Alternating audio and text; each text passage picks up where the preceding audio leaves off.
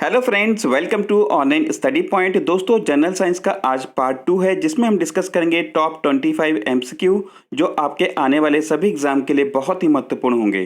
दोस्तों, वीडियो अंत तक जरूर देखिएगा। डेफिनेटली ये वीडियोस आपको आने वाले एग्जाम के लिए हेल्प करेगी।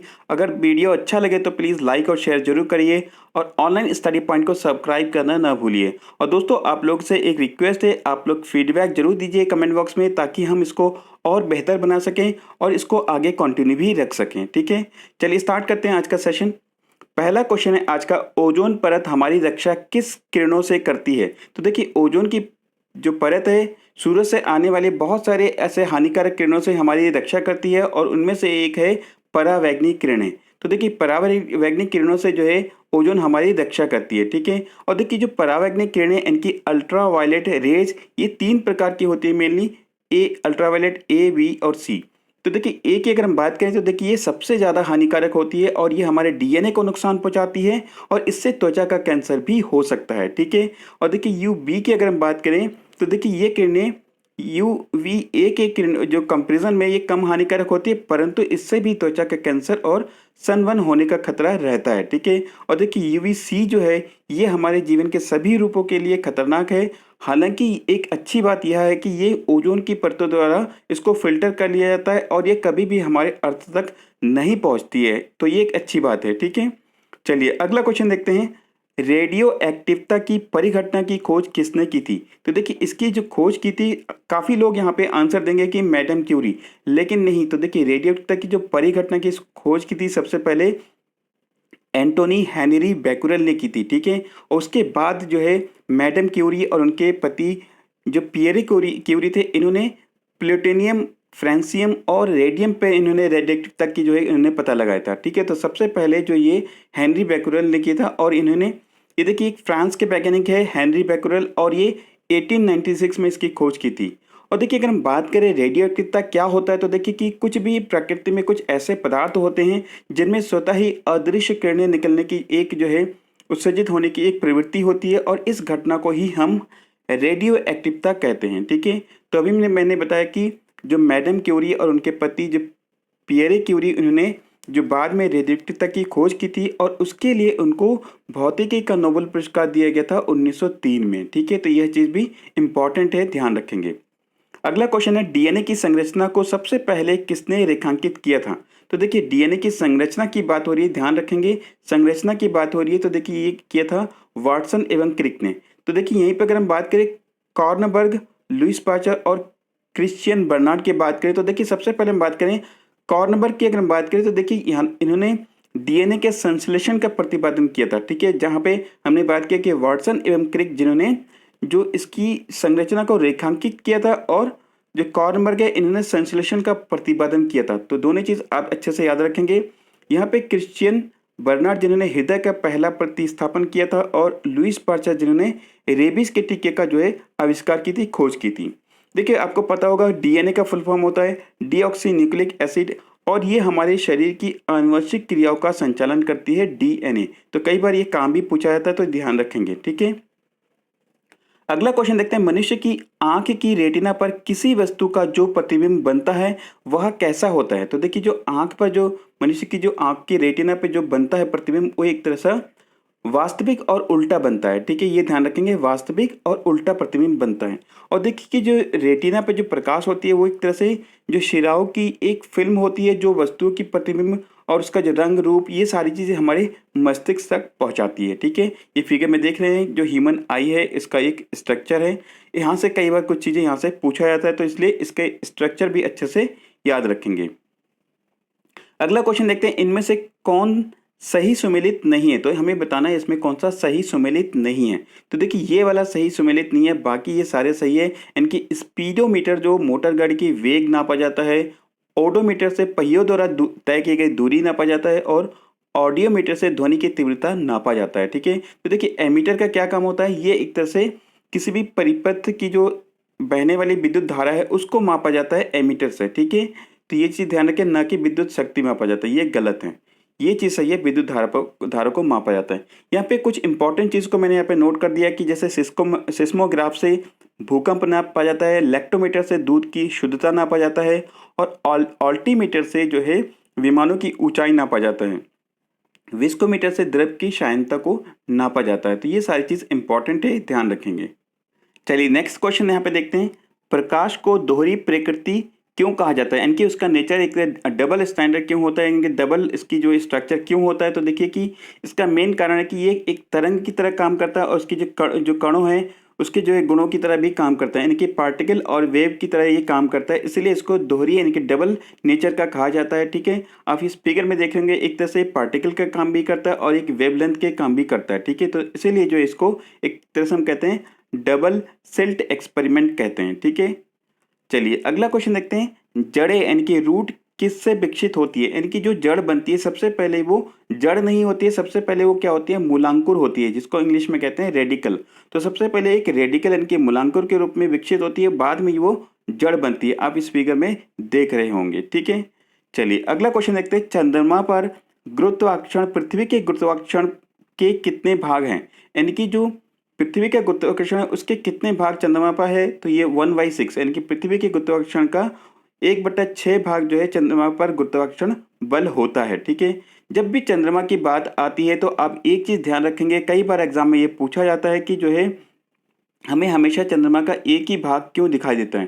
तो इसका कारण यही है कि चंद्रमा अपनी धुरी पर घूमने में जितना दिन लगाता है और पृथ्वी के चारों ओर जो है परिक्रमा करने में भी उतना दिन लगाता है, और यह 27.3 दिन ये पूरा लगाता है। ठीक है, इसके कारण यही है कि हमें चंद्रमा का केवल एक ही पोर्शन दिखाई देता है। ठीक है, चलिए अगला क्वेश्चन देखते हैं, बैरिएट्रिक सर्जरी मनुष्य के किस अंग में परिवर्तन करता है। तो देखिए एक तरह का सर्जरी है और ये मनुष्य के किस अंग पे ये परिवर्तन होता है। तो देखिए पाचन तंत्र पे, और देख लेंगे आप इस फिगर में देख के पता लग रहा होगा ये किस लिए किया जाता है, एक तरह की मोटापा कम करने के लिए और एक तरह से बाईपास गैस्ट्रिक जो बाईपास होता है इस काम को इसको करने के लिए इस सर्जरी को किया जाता है।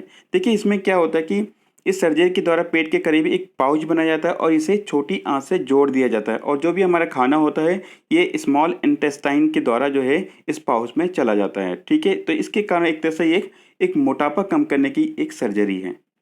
अगला क्वेश्चन देखते हैं, एक आदर्श तरल यानी कि लिक्विड पदार्थ की श्यानता यानी कि विस्कोसिटी क्या है। तो देखिए एक जब कोई भी एक जो है आइडियल जो लिक्विड होगी उसकी श्यानता या विस्कोसिटी 0 होगी। अब ये श्यानता यानी कि विस्कोसिटी होता क्या है, जब भी देखिए किसी भी तरल पदार्थ में एक गुण होता है कि वो अपनी आकृति का विरोध करती है। यहाँ पे मैंने डेफिनेशन लिख दिया, लेकिन एक लेमन लैंग्वेज में आप समझिए कि किसी भी तरल पदार्थ का जो विस्कोसिटी होता है वो अपनी आकृति परिवर्तन का विरोध करती है, उसको ही हम विस्कोसिटी कहते हैं। ठीक है, चलिए अगला क्वेश्चन देखते हैं, सामान्य ताप एवं दाब पर किसी गैस के एक मोल का आयतन कितना होता है। तो देखिए ये कई बार एग्जाम में पूछा भी गया है, तो देखिए इसका राइट आंसर है 22.4 लीटर होता है इसका एक मोल की वैल्यू। ठीक है, देखिए एक मोल की डेफिनेशन अगर आप देखेंगे भाई, एज ए डेफिनेशन क्या होता है, एक मोल पदार्थ का ग्राम में भार होता है और उस पदार्थ के एक परमाणु या अणु के AMU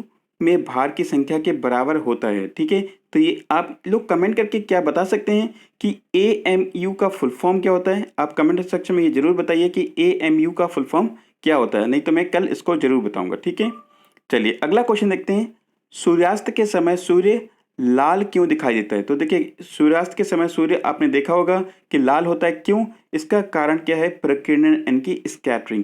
देखिए कल भी मैंने स्कैटरिंग की डेफिनेशन बताया था कि क्या होता है स्कैटरिंग। अगर आपने कल का सेशन नहीं देखा तो प्लीज़ कल का सेशन जरूर देखिए, वहाँ पे मैं एक एक चीज़ डिस्क्राइब किया हूँ, रिफ्लेक्शन क्या होता है, इंसिडेंट, रिफ्लेक्शन, ये सारी चीज़ मैंने बता रखा है। ठीक है, तो देखिए कि जब भी प्रकाश एक माध्यम से दूसरे माध्यम में जाती है तो वहाँ पे जो उस माध्यम में जो उपस्थित धूल कण होते हैं वो प्रकाश की जो किरणें हैं उसको चारों दिशा में बिखेर देती है, जिसको ही हम प्रकीर्णन या स्कैटरिंग कहते हैं। ठीक है, चलिए अगला क्वेश्चन देखते हैं, कौन सी जोड़ी अदिश राशियों को प्रदर्शित करता है। तो देखिए यहाँ पे अदिश राशि कौन सा है उसको हमें बताना है।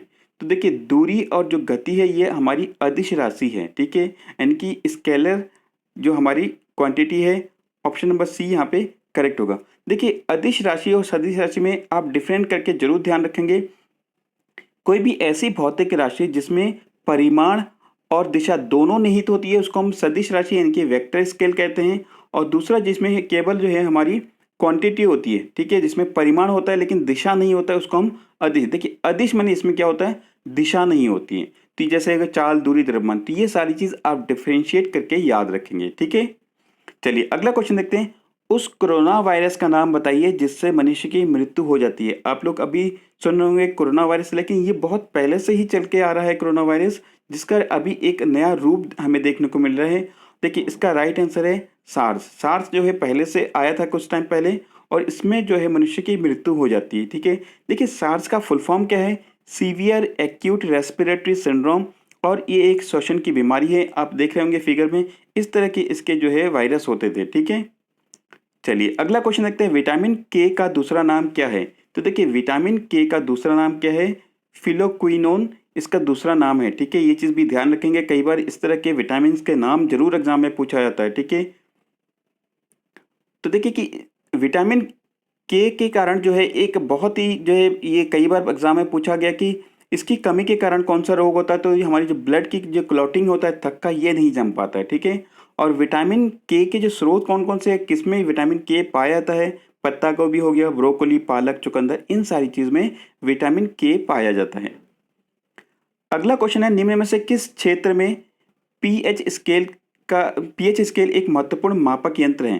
तो देखिए उपरोक्त सभी इसका राइट आंसर है। इनकी जो हमारे खाद्य विज्ञान है, औषधि, वानिकी, इनकी फॉरेस्ट्री में, इन सारी चीज में पीएच का जो है इंपॉर्टेंट है। ठीक है, अब देखिए पीएच का फुल फॉर्म मैंने कल भी बताया था, पोटेंशियल और पावर ऑफ हाइड्रोजन होता है। और ये क्या होता है? किसी भी, ये एक ऐसी संख्या होती है जो किसी भी पदार्थ की एसिडिटी और एल्कनिटी को जो है प्रदर्शित करता है। और पीएच की जो खोज किसने की थी?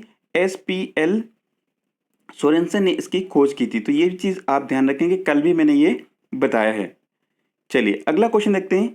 फाइलेरिया जिसे हाथी पांव भी कहते हैं, इसमें क्या होते हैं? तो देखिए इसके क्या लक्षण होते हैं। तो देखिए जब भी फाइलेरिया होती है तो देखिए इसमें क्या होता है कि पैरों में सूजन आ जाती है। अब इस फिगर में देखिए इस तरह की स्टेज में ये पैर जो है फूल जाते हैं, और एक तरह से देखेंगे पैर इतना मोटा हो जाता है, जिसके कारण इसका नाम ही पड़ गया कि हाथी पाँव, की हाथी के जैसे इसमें पैर हो जाते हैं। ठीक है, चलिए अगला क्वेश्चन देखते हैं। भोजन प्रणाली के सबसे बड़े हिस्से का नाम बताइए। तो देखिए भोजन की जो प्रणाली है, हमारी जो पाचन तंत्र में सबसे जो जो बड़ा हिस्सा है वो हमारी छोटी आंत, यानी कि स्मॉल इंटेस्टाइन होता है। ठीक है, आप इस फिगर में देख रहे होंगे, ये हमारे पाचन तंत्र यानी कि जो हमारी भोजन प्रणाली है, इसका सबसे बड़ा जो है ये हिस्सा होता है। ठीक है, चलिए नेक्स्ट क्वेश्चन यहाँ पे देखते हैं।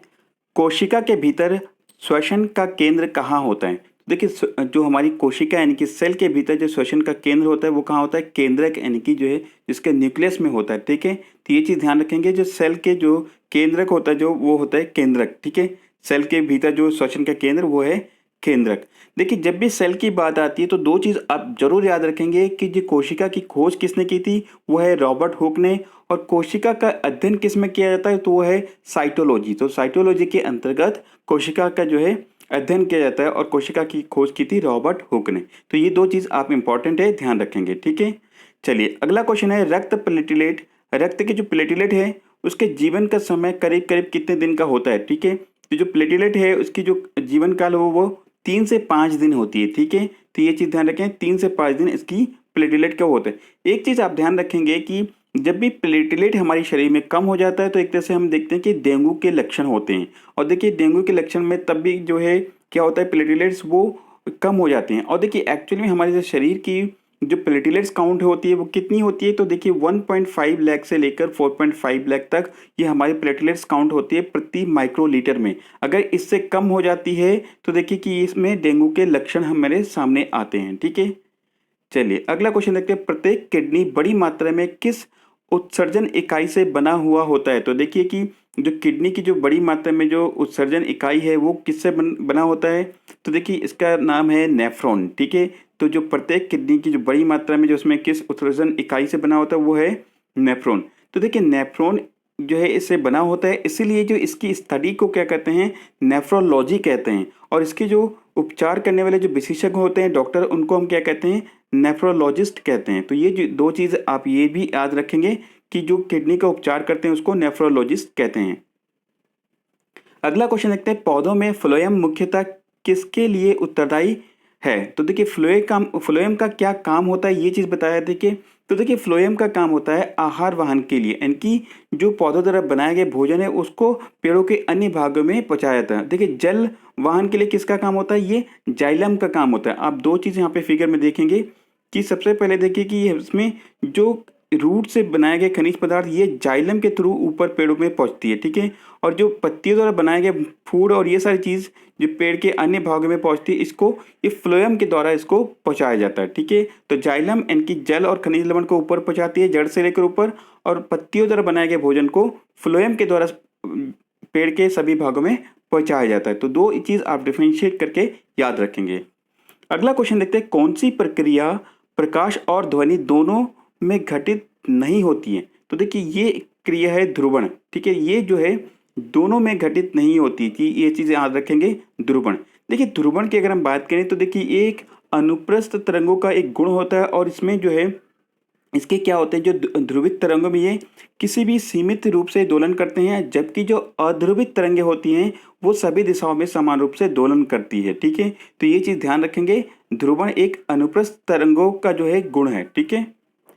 चलिए अगला क्वेश्चन देखते हैं, तांबा यानी कि कॉपर का शत्रु तत्व कौन सा है। तो देखिए तांबा यानी कि इसका जो शत्रु तत्व है इनकी जो है गंधक, ठीक है। तो देखिए अगर हम गंधक की बात करें इनकी सल्फर, तो ये आवर्त सारणी के उपवर्ग जो है 6A में इसको रखा गया है, और ये एक सक्रिय तत्व है, ठीक है, जो एक तरह से स्वर्ण और प्लेटिनियम को छोड़कर अन्य तत्व के साथ ये संयोग करता है और अनेक यौगिक बनाता है। जहाँ पे अगर हम बात करें तांबा, ये भौतिक यौगिक है और इसकी परमाणु संख्या 29 और परमाणु भार 63.5 है।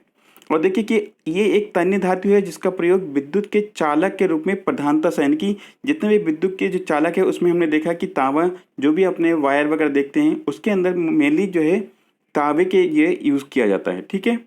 चलिए अगला क्वेश्चन है और आज का लास्ट क्वेश्चन है, अयस्कों से चुंबकीय अशुद्धियों को हटाने के लिए प्रक्रिया को क्या कहा जाता है। तो देखिए अयस्कों से चुंबकीय अशुद्धियों को हटाने के लिए हम देखते हैं कि इसमें चुंबकीय पृथक्करण का प्रक्रिया यूज किया जाता है। यहाँ पे एक चीज़ नाम देखेंगे, फोर्थ फ्लोटेशन प्रक्रिया। ये क्या होता है, तो देखिए जो फोर्थ फ्लोटेशन क्रिया होती है ये एक तरह से हम देखते हैं कि सल्फाइड अयस्क जो है इसी विधि से जो है शुद्ध किया जाता है। और यहाँ पे गुरुत्वाकर्षण पृथक्करण, इससे क्या किया जाता है, खनिजों को उनके घनत्व या आकार के अनुसार अलग करने की एक विधि है चुंबकीय ये गुरुत्वाकर्षण ये पृथक्करण विधि, ठीक है। तो ये चीज़ भी आप याद रखेंगे।